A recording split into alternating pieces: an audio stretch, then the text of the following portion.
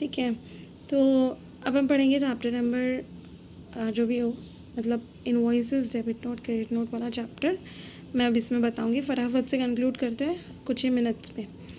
Okay, सबसे पहले tax invoice. It can be issued manually और कंप्यूटराइज।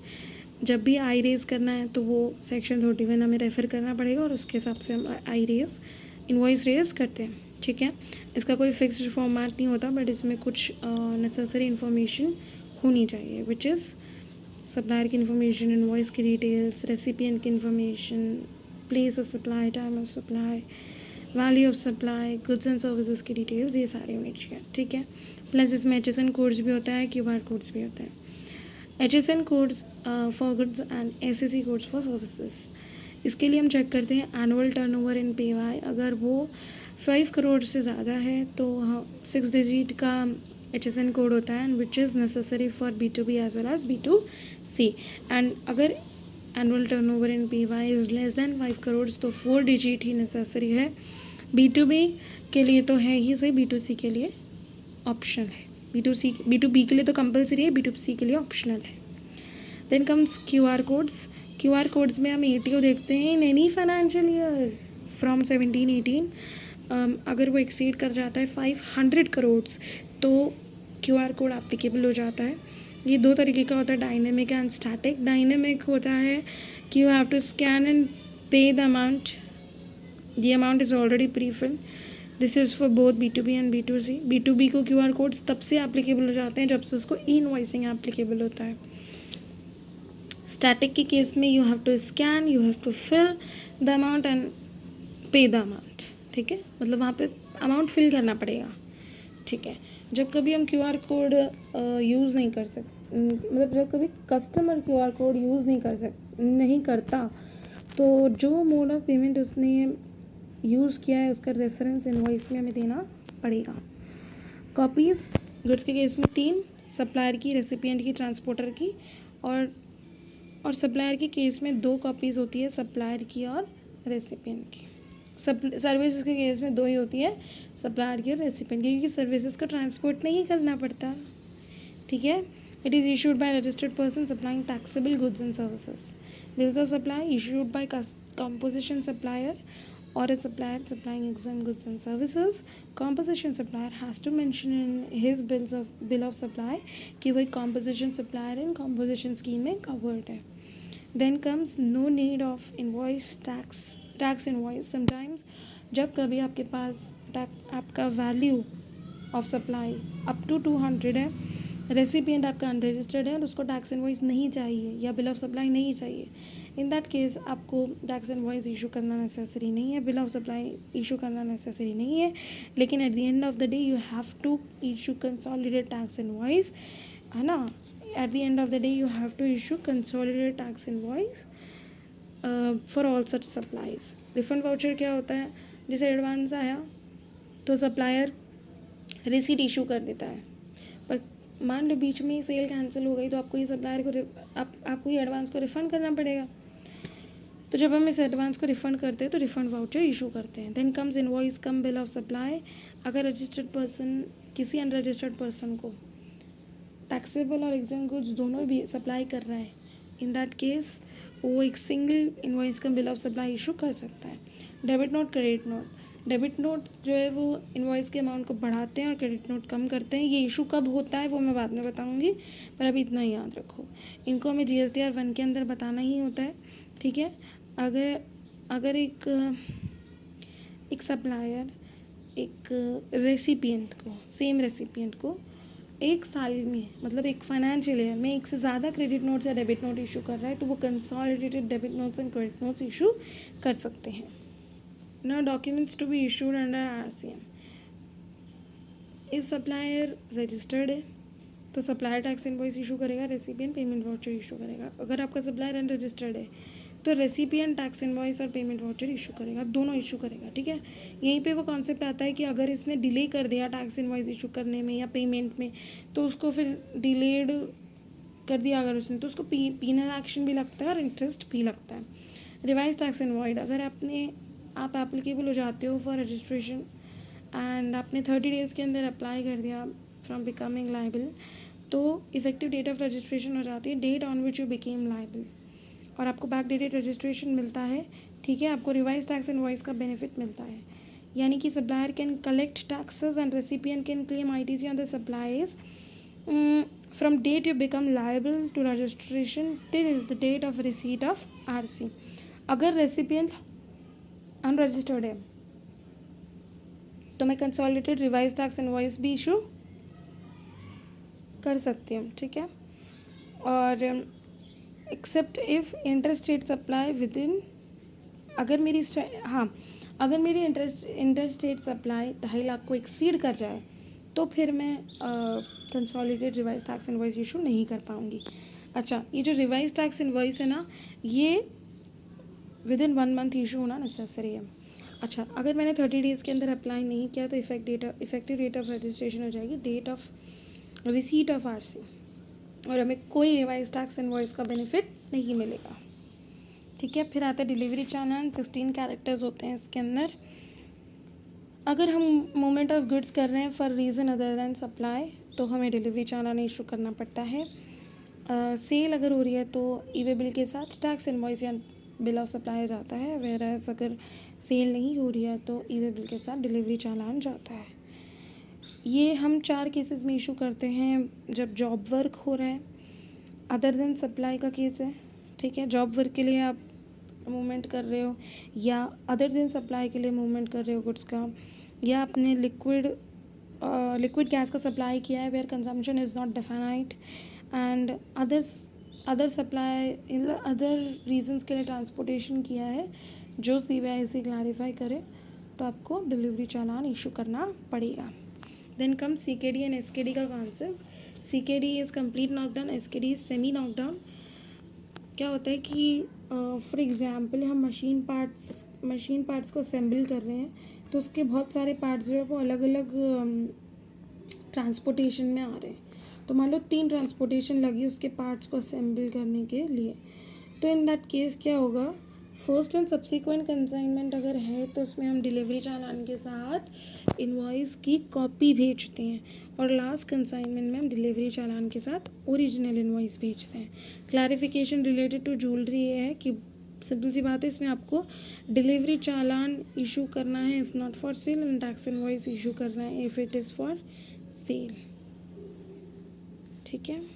हाँ, अब मैं बता रही हूँ आपको डेबिट नोट कब इशू करते हैं, क्रेडिट नोट कब इशू करते हैं।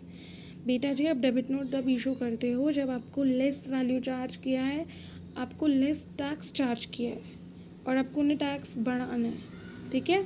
समटाइम्स कुछ मिस्टेकनली हो जाता है कि हम टैक्स कम चार्ज हो जाता है या वैल्यू कम हो जाती है, चार्ज हो जाती है, तो उसको इंक्रीज़ करने के लिए हम लोग डेबिट नोट इशू करते हैं। इसका कोई टाइम लिमिट नहीं होता है, हम कभी भी इशू कर सकते हैं debit note. Whereas credit note is issued when excess value charge हो गया या एक्सेस टैक्स चार्ज हो गया या फिर सेल रिटर्न हो गया या गुड्स एंड सर्विसेज जो है वो डेफिशिएंट निकले, मतलब लो क्वालिटी निकले, तो ऑफकोर्स वो भी कुल मिलाकर वो भी ये कहना चाहते हैं कि उन्होंने रिटर्न कर दिए, तो हम लोग क्रेडिट नोट इशू करते हैं। इसका तो लास्ट डेट होता है, एक्चुअली कम करने की बात आ रही है ना, तो फिर गवर्नमेंट को दर्द होता है, तो फिर वो ऐसी जगह पे वो लास्ट डेट रख ही देते हैं, उनको कम टैक्स मिलेगा ना, इसीलिए। तो last date to issue credit note against an advice is 30th November of the next FI और actual date of filing annual return whichever is lower, मतलब अर्लियर, ठीक है। एक अमेंडमेंट आई है, अभी लेटेस्ट अमेंडमेंट है। अगर आप इनवॉइस इशू करते हो in case of online money gaming, eco and OIDAR की services, in that case invoice के अंदर रेसिपिएंट का स्टेट होना नेसेसरी है, और इसी को हम क्या करते हैं, डीम्ड एड्रेस मान लेते हैं, ठीक है। स्टेट होना नेसेसरी है, बहुत माइन्यूट सा चेंज है, अमेंडमेंट है, बट ठीक है, इम्पॉर्टेंट है। Relaxation to issue other document in lieu of tax invoice, कुछ लोगों को बोल रखा है कि आपको अलग से टैक्स इनवॉइस इशू करने की ज़रूरत नहीं है, आप जो इशू करते हो उसी को हम लोग टैक्स इनवॉइस मान लेंगे। जैसे banks, NBFCs, FIs and insurers, इनको बोल रखा है हमने कि आप कंसोलिडेटेड टैक्स इनवॉइस इशू कर दो, आप इंडिविजुअली टैक्स इनवॉइस इशू मत करो, कंसोलिडेटेड टैक्स इनवॉइस इशू करोगे तो वो डीम्ड है कि आपने टैक्स इनवॉइसेस इशू किए हैं, मतलब वो डीम्ड कंप्लायंस हो जाएगा। जीटीए को बोल रखा है कि आपको एडिशनल इन्फॉर्मेशन डालनी पड़ेगी, विच इज़ गाड़ी नंबर, कंसाइनर एंड कंसाइनी का नाम, गुड्स के डिटेल्स, ग्रॉस वेट। ये आपको उनको एडिशनली बोला गया है कि उनको अपने इन्वॉइसेस में डालना है। पैसेंजर ट्रांसपोर्टेशन में बोला है कि टिकट को हम लोग आपको इन्वॉइस मान लेंगे, आपको और टैक्स इन्वॉइस इशू करने की नेसेसिटी नहीं है। उसके बाद है एग्जीबिशन ऑफ सिनेमा। इनको बोला है कि आप जो इलेक्ट्रॉनिक टिकट इशू करते हो ना, हम उसी को टैक्स इनवॉइस मान लेंगे। फिर आता है ई इनवॉइसिंग। ई इनवॉइसिंग क्या है? ई इनवॉइसिंग का मतलब है invoices electronically banana on portal, ठीक है। कंपलसरी होता है उन लोगों के लिए जिनका ATO in any FI from 17-18 exceed कर जाए 5 करोड़। अगर आपने देखा हो तो इसमें और एचएसएन में फ़र्क किस चीज़ का है? सिर्फ एक चीज़ का है कि वहाँ पे एटीओ हम लोग देख रहे थे करंट ईयर का, ये लोग देख रहे हैं इन एनी एफआई फ्रॉम 17-18, ठीक है। ये रिक्वायर्ड है B2B के लिए, includes government registered for deducting TDS। इसके अंदर जो गवर्नमेंट TDS काटने के लिए रजिस्टर हुई है वो भी इंक्लूडेड है और B2B है, ठीक है। एक्सपोर्ट्स के केस में भी रिक्वायर्ड है, जो भी एक्सपोर्ट्स नोटिफाइड पर्सन करते हैं उनके लिए भी रिक्वायर्ड है। एंड सप्लायर अगर वो टैक्स पे कर रहा है अंडर RCM तब भी उसे इन्वॉइसिंग रिक्वायर्ड है। तो नॉट रिक्वायर्ड कब है? B2C का केस, B2C के केस में नॉट रिक्वायर्ड। इम्पोर्ट्स ISD इनके केस में रिक्वायर्ड नहीं है। एक्सेप्शंस क्या हैं ई इन्वॉइसिंग के? ये इन्वॉइसिंग के एक्सेप्शंस है, इसमें से 4 तो वही है जो ऊपर ऐसे बोला था कि इन ल्यू ऑफ आप इशू कर सकते हो, आपको रिलैक्सेशन है, बोला था ना ऊपर। ये 4 लोग, यही 4 लोग यहाँ पे भी कवर्ड है। Bank, FI, NBFC, insurer, GTA, passenger transporter, exhibition of cinema. उसके बाद 2 ही आपको याद करने हैं, government department and local authority and says, ठीक है। ये डिक्लेयर करेंगे अपने इनवॉइस पे कि इन्हें इनवॉइस इशू करने की ज़रूरत नहीं है, इवन इफ इनका ETO in any FI exceed कर जाए 5 करोड़, ठीक है। इनका exemptions from generation of invoices for an entity as a whole and not restricted to the nature of supply। मतलब इसका एग्जाम्पल ये ले लो कि अगर मैं ना 2 सप्लाईज करती हूँ, है ना, या यहाँ पे एक एग्जाम्पल देखो, ठीक है, यहाँ पे है जैसे कि एक ही इंसान है, वो सेज में भी सप्लाई करता है और DTA में भी सप्लाई करता है और उसका ETO इन टोटालिटी एक्सीड कर रहा है 5 करोड़, ठीक है। इन टोटालिटी एक्सीड कर रहा है 5 करोड़, तो सेज तो भले आउट है, मतलब उसने सेज को तो एक सेज भले एक्सक्लूडेड है फ्रॉम जनरेटिंग इनवॉइसेस, पर इसको DTA के लिए दोनों का मिला के देखना है, सेज का भी और DTA का भी, ठीक है। तो वो DTA के लिए लायबल हो जाएगा टू इशू इनवॉइस, भले ही DTA का इंडिविजुअली 5 करोड़ एक्सीड ना करे, पर वो एंटिटी एज अ होल का एक्सीड कर रहे हैं ना 5 करोड़, तो इसे इनवॉइस इशू करना पड़ेगा ना। प्रोसेस क्या है इनवॉइस इशू करने का? एक्चुअली आपका डेटा एक स्टैंडर्ड फॉर्मेट में होता है, स्टैंडर्ड फॉर्मेट से डेटा IRP में जाता है। हम यहाँ पे ई इनवॉइस स्कीमा फॉर्म यूज़ करते हैं, इस फॉर्म को फिल करते हैं तो IRP इनवॉइस रजिस्ट्रेशन पोर्टल पे हमारी इन्फॉर्मेशन जाती है ना।